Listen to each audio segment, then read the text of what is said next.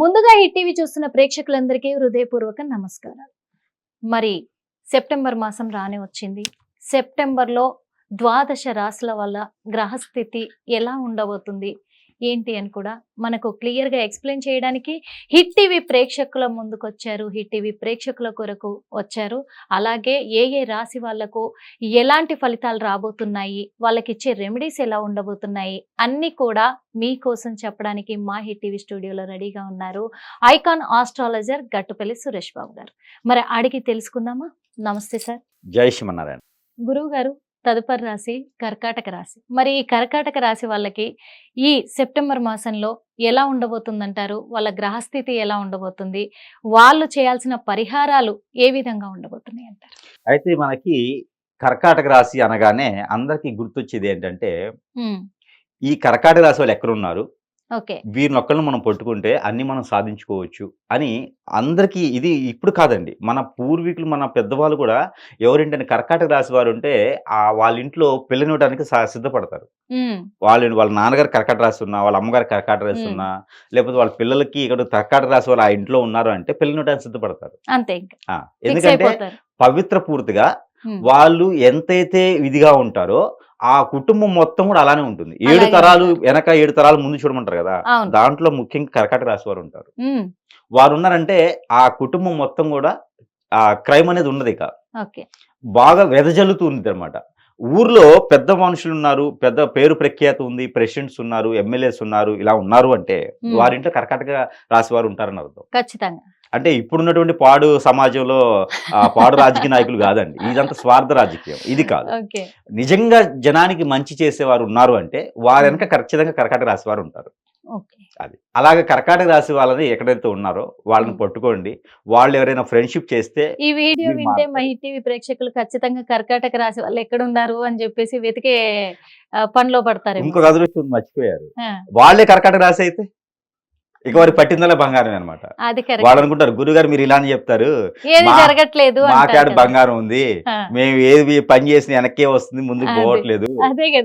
అయితే అక్కడ ఒక మతలపు ఉంది ఏంటంటే, నేను చెప్పినట్టు జరగలేదు అంటే అక్కడ ఖచ్చితంగా మీకేదో జరుగుతుందని అర్థం. అంటే అది జాతక సంబంధం కాదు. మేమేంటంటే జాతకానికి ఇక్కడ నడిచేటువంటి గ్రహాల స్థితిగతులు పట్టే మనం పరిహారాలు పరీక్షన్స్ ఇస్తాం. నేను చెప్పింది జరగలేదు అంటే అక్కడ జాతకంతో సంబంధం లేదు, మనకేదో మూడోది జరుగుతుందని అర్థం. అంటే అప్పుడు ఏంటి, మనం ఏదో లవ్ లో ఉండే సిప్నడిజంలో ఉండడమా, ఎవరైనా ముందు పెట్టడమా, మనం అంటే పడని వాళ్ళు ఏదైనా చేయించడమా జరిగి ఉండొచ్చు. దాని ద్వారానే అలాంటివి జరుగుతాయి. పిచ్చెక్కినట్టు ఉంటది, తనకి ఏం చేస్తుందో అర్థం కాదు, గురుగారు అంతా ఇలా అని చెప్తారు, నాకు అసలు ఏం కావట్లేదని కూర్చుని దగ్గర అలా కూర్చుని పోవటం, ఏ చేసినా ముందుకు వెళ్ళదు. అంటే ఇదంతా కర్కాటక రాశి వాళ్ళకే. చెప్పింది జరగకపోతే ఏమవుతుందంటే వాళ్ళకి ఏదో జరిగిందని అర్థం. ఇది ప్రతి ఒక్కరు కూడా గుర్తుపెట్టుకోవాలి. లేదు మీకు అంతా బాగుందంటే నేను చెప్పింది జరుగుతుంది. రెండే రీజన్స్. నేను చెప్పింది జరగలేదా అంటే మీకు ఏదో జరుగుతుందని అర్థం, అది నెగిటివ్. ఇప్పుడు మీరు ఎఫ్ఐఆర్ లో ఉన్నారు, లవ్ లో ఉన్నారు, వాళ్ళు మిమ్మల్ని వదిలించుకోవడం చేతకాక, లేదా మిమ్మల్ని వదిలిపెట్టుకోవడం ఇష్టం లేక వాళ్ళకే గ్రిప్ అవ్వాలని చెప్పేసి వాళ్ళ స్వార్థం కోసం మిమ్మల్ని హిప్నటైజింగ్ చేయొచ్చు. దాని ద్వారా మీకు చెడు అవుతుంది, ముందు పెట్టొచ్చు, దాని ద్వారా మీకు ఆరోగ్య సమస్యలు వస్తాయి. సో ఇవన్నీ కూడా జరిగితే ఎక్కడైనా గురుగారి చూపించుకుంటే మీకు సరైనటువంటి పరిహారాలు అయితే ఖచ్చితంగా చూపిస్తారు.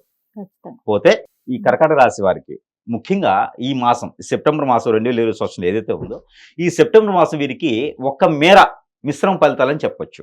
అయితే వీరికి ముందు నెగిటివ్ చెప్తా. వీరు ప్రయాణాలు చేసేటప్పుడు కొంచెం ఆచి చూసి ప్రయాణం చేయాలి. తొందరపాటు తత్వం ఎక్కువ ఉంటుంది వీరి మీద, ఎందుకంటే రాహు సంబంధించినటువంటి బలం వీరి మీద ఎక్కువ కనిపిస్తా ఉంది ఈ మాసంలో.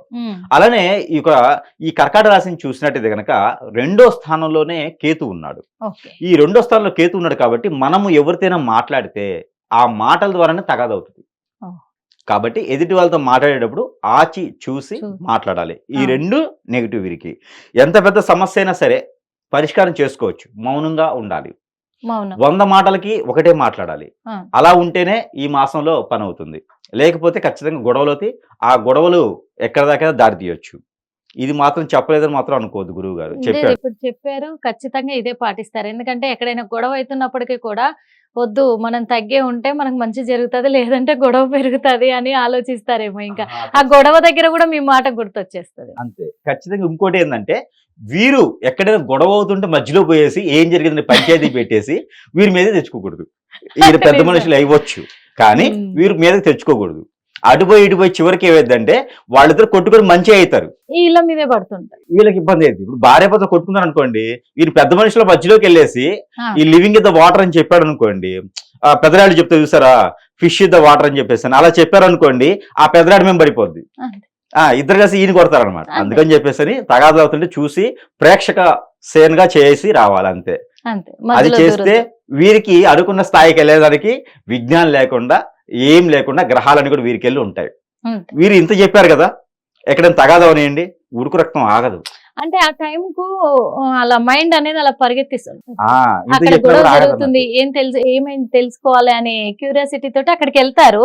వెళ్ళిన తర్వాత అందులో ఇన్వాల్వ్ అవుతారు. ఇందులో ముఖ్యంగా డౌట్ వచ్చింది ఏంటంటే, ముఖ్యంగా తగాదాలకు వెళ్ళేది ఇప్పుడు ఈ రాశి వారు ఉన్నారు అనుకోండి, కొంతమంది పోలీస్ శాఖలో ఉంటారు, వాళ్ళు ఖచ్చితంగా తగాదాలకు వెళ్లాల్సిందే వాళ్ళు తీర్చేదానికి. మరి మా పరిస్థితి ఏంటి?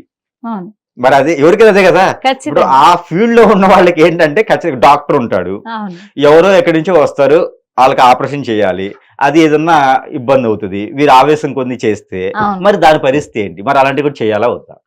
చేయొచ్చు, తప్పులేదు, కానీ ఆచి చూసి 4 కళ్ళు పెట్టుకొని ఆచి చూసి చేయొచ్చు. అంతేగాని తొందరపడుతనం పనికిరాదు, తొందరపాటు నిర్ణయాలు పనికిరావు.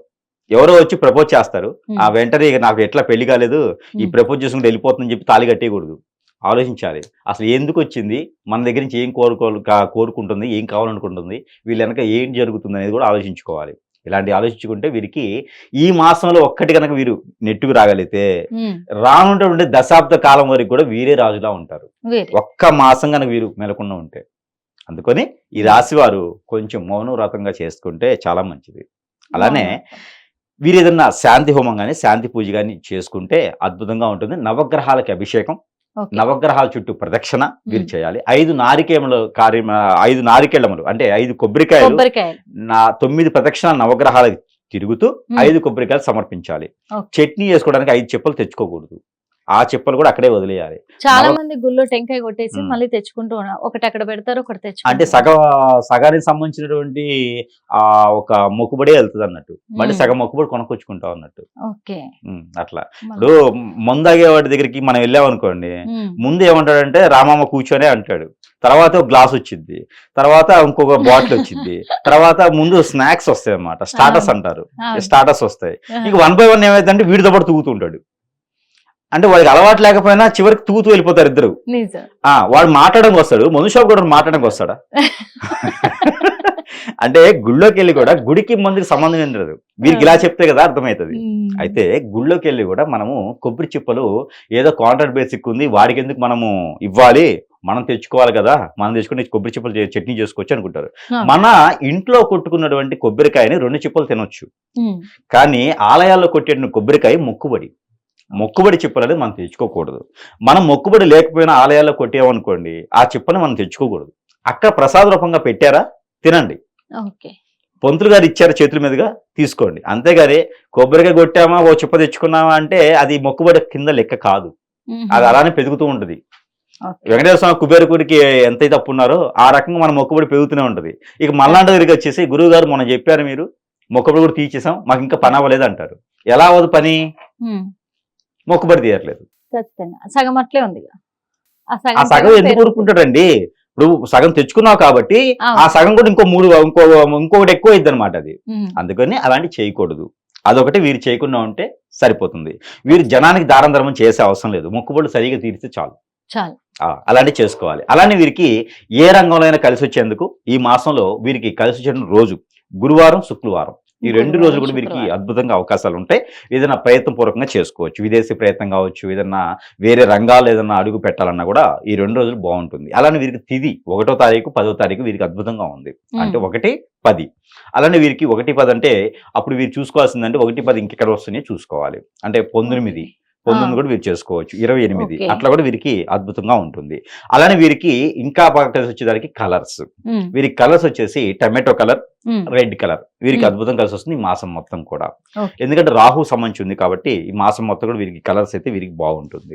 అలానే వీరికి కలిసి వచ్చేటువంటి కలర్ అయిపోయింది కాబట్టి వీరికి గ్రహరీత్యా తీసుకోవాల్సిన నెంబర్ వీరికి ఇంకోటి ఉంది, ఈ యొక్క నవరాత్రులు ఇంకా ఉంటాయి కాబట్టి ఈ మాసంలో, ఈ నవరాత్రుల్లో వీరు వినాయక స్వామి వారికి చేసి నైవేద్యం పెట్టవలసినటువంటి ప్రసాదం, వీరు నైవేద్యం పెట్టవలసింది రవ్వ లడ్డు.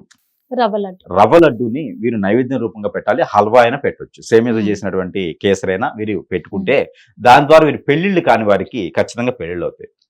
ఇలాంటి ప్రసాదం పెడితే వీరికి అద్భుతంగా కలిసి వస్తుంది. అంటే నైవేద్యం స్వామివారికి ఇలాంటిది పెట్టాలి. నైవేద్యం అలాంటి వీరికి గ్రహాల నుంచి తీసినటువంటి నెంబర్, ఈ మాసంలో వీరు పఠించవలసినటువంటి నెంబర్ 4238-282 4238-282. ఈ నెంబర్ని వీరు 155 సార్లు 155 టైమ్స్ పారాయణం చేసుకోవాలి.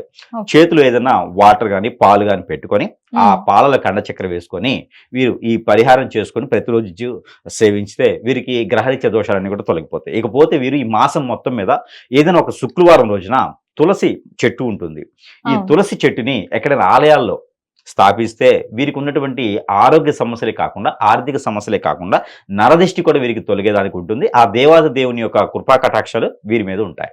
ఇవి చేసుకుంటే అదృష్టం అనేది ఖచ్చితంగా అవ్వచ్చు.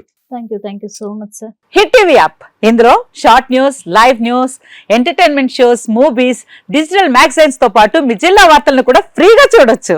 ఇంకెందుకు ఆలస్యం, వెంటనే హిట్ టీవీ యాప్ ని డౌన్లోడ్ చేసుకుని ఫ్రీగా ఎంటర్టైన్మెంట్ పొందండి. Hit TV app. Hit TV app. Please download hit TV app. Hit TV app ని ఫ్రీగా డౌన్లోడ్ చేసుకొని ఎంజాయ్ చేయండి. మీకు నచ్చిన ఎంటర్టైన్మెంట్ కోసం హిట్ టీవీ యాప్ ని ఫ్రీగా డౌన్లోడ్ చేసుకొని ఎంజాయ్ చేయండి. హిట్ టీవీ యాప్ ని డౌన్లోడ్ చేసుకుని ఆస్వాదించండి, ఆశీర్వదించండి. ఇంతమంది సెలబ్రిటీలు హిట్ టీవీ యాప్ ని డౌన్లోడ్ చేసుకోండి అని చెప్తున్నారంటే ఎంత మంచి యాప్ ఆలోచించండి. అమెరికా అమెరికా అమెరికా అమెరికాలో చదవాలనుకునే వాళ్ళకి విశ్వసనీయమైన పేరు మన శౌర్య కన్సల్టెన్సీ. UK లో 1 year masters. UK లో 1 year masters. 2 years work permit up to 5 years visa. Contact Saurya Consultancy. Contact 89851 89851.